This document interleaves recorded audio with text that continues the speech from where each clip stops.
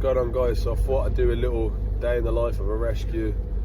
Not that anyone probably cares, but you know, a few people have asked, you know, what kind of happens, like how do you run a rescue? I know a lot of people want to start their own, so I obviously don't do this full time. I do the rescue from home. I started it like a year and a half ago, but my actual full-time career is that I co-own a gym with my family. So we own a gym and I do coaching, so half of my days took up with that. So I'll go in at like 5 a.m.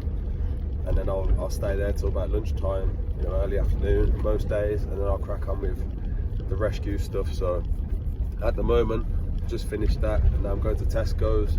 I'm always in getting greens. Obviously the amount of animals that we have, iguana, tortoises, all these kind of animals, bearded dragons, they all require daily greens. So I'm always in Tesco's picking stuff up. So most of the day is the same. It's not very interesting for most people, but if you love animals and stuff like that, I suppose we all find a weird enjoyment in the simple stuff. So that's what I'm about to do now. When I get back, I will show you the animals and a bit of feeding. These two are the most hard work animals we've got. This is Yoda and Luna. So if any of you have been here, you know that we have to lock him away every time, because you're a bad dog, aren't you? Because every time someone comes in, he wants to eat him. So he looked cute, but my God, when he switches, he switches. But with us, he's really loving. We're trying to work on it, because it is a bit difficult sometimes when people come and we have to lock him away all the time. You know, it'd be nice for him to have the fuss. He doesn't know how many friends he could have, but he just gets overly anxious and, you know, just doesn't like new people at the moment. So yeah, we're going to work on him. Luna, on the other hand, she barks quite a bit, but she's pretty chilled out. But it's weird with dogs, like they kind of like follow each other's lead.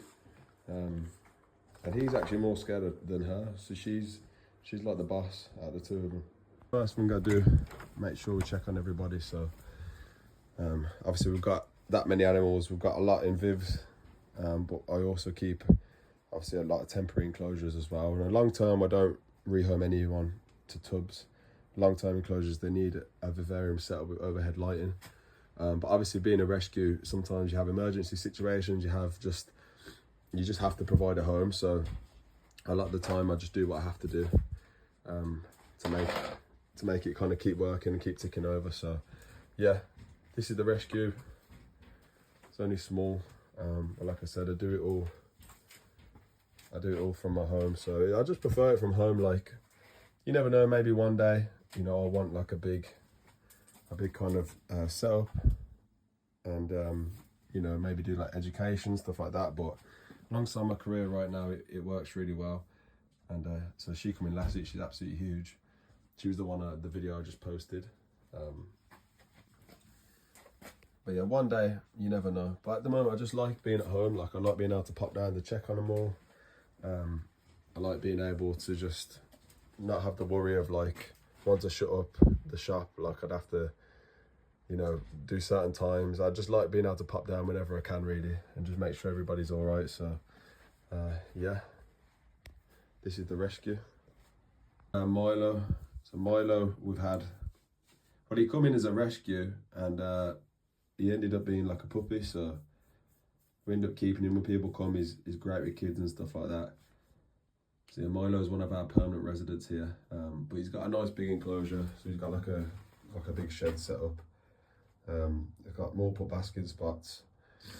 I think he enjoys it in here. You know, like he actually likes the interaction, I think. So they're very intelligent animals. I don't think we actually realise, but he actually comes. You know, he knows the colour of his food bowl. He knows when I'm coming in with food. He's always running to the door and stuff most of the time. So he's very clever. He knows the routine very, very well. I've just checked everybody over, fed everybody, done the water bowls.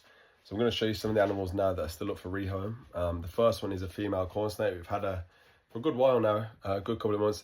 I genuinely thought she'd be snapped up very fast just because she's a snow corn. A lot of people like the snow corns. But she's around 12, 13 years old off the top of my head. She's got a lovely, sweet temperament. She just needs a nice big enclosure now, and hopefully someone comes forward. This is her.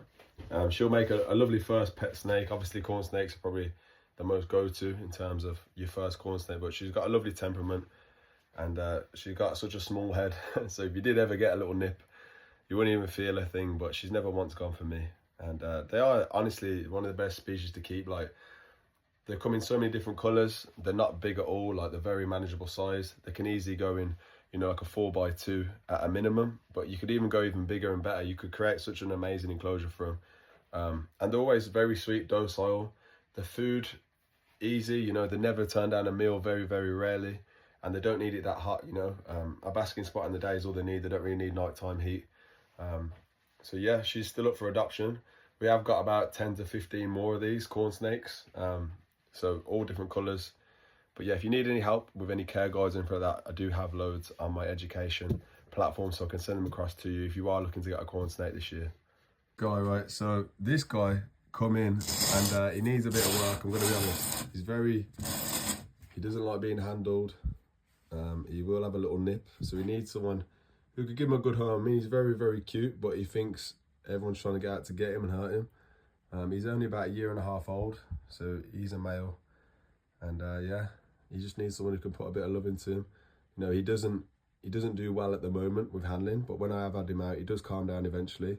But initially going in, he'll puff himself up and try and have a nip of your fingers. So he could be with us. With us for a while, but that's okay. We'll make sure he's ready to go, and hopefully the longer he's with us, hopefully the more he'll calm down. I'm going to show you a species that's super underrated. So we've got grey rat snakes and the black rat snakes here. They've been in with us for a long, long time, and they are just pretty much like corn snakes. They're very similar care. They come from America, and they don't need it too hot. You know, it is very identical in terms of what they need. They are slightly bigger than corn snakes. They've got bigger heads, and they're quite longer normally. But these have been here for a while now, and I think just because they're not talked about much, you know, like when you go to pet shops and stuff like that, a lot of people just kind of dismiss them, but they're very easy to keep and they'd make a great pet as well. The male grey rat snake, he's a good size. He's hard to tell right now because he's obviously perched up, but he's probably a good 5 foot. He coming quite underweight, so we've put a bit of weight on him now. Still got a bit of weight to be put on, but he's out of the two of the grey rat snakes, he's the most friendly. The other one can be a bit defensive, but when out, he's fine too. But they make some great pets, honestly. Like I said, they're very similar to corn snakes. You know, they get good size. They do get a bit bigger, but they're really nice to keep. The other one, so this one's a bit more defensive out of the two. They're coming together actually, but they are both males. But yeah, this one's a bit more wary, a bit more defensive, likes to strike the glass a bit. But like I said, a lot of these animals, they just need time. They need time to settle. They get, you know, different homes every couple of years, which is one of the reasons why they are the way they are. I think if they had a settled home, you know, someone to work with them regular, and most animals will calm down with time. They just need somebody to put the hours into them. Overall, I'd say it takes like 2 to 3 hours to get through the food, the water, the spot checks, make sure everyone's all right. And then on top of that, we do adoptions, obviously, and surrenders. So with the surrender process, I like to make sure people come down with their animal. So if they've got a pet they no longer can keep, I like them to come down, see the place for themselves, meet me, and just give them that kind of peace of mind that they need. And then when they leave, I like to send them photos within the next few hours, just showing them that they've settled in all right. It just gives people like peace of mind and making sure that they've done the right decision, because circumstances change, and that's what rescues are for, to then, you know, be that middle ground and then find them a long-term home.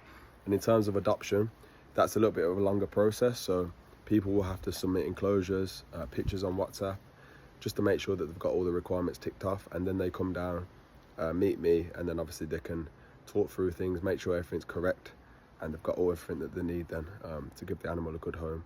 And obviously they can handle all the animals and stuff like that while they're here. So that's basically how it works. So you got your day-to-day tasks, and then you've got your surrenders and your adoptions on top of that. And then yeah, it's hard work, but you know, we need more of them. So if you are thinking of doing a rescue, we'll definitely do it. You know, it's hard work to do alongside a career, but at the end of the day, you know, I think the crisis at the moment with reptiles is pretty bad. Like, you see all the time on Facebook groups, animals just getting kind of disregarded, discarded, animals dumped. So whatever part you're in of the UK or US, you know, you're going to be able to help out a lot. So even if you do it on a small scale, definitely do it if you're thinking about doing it.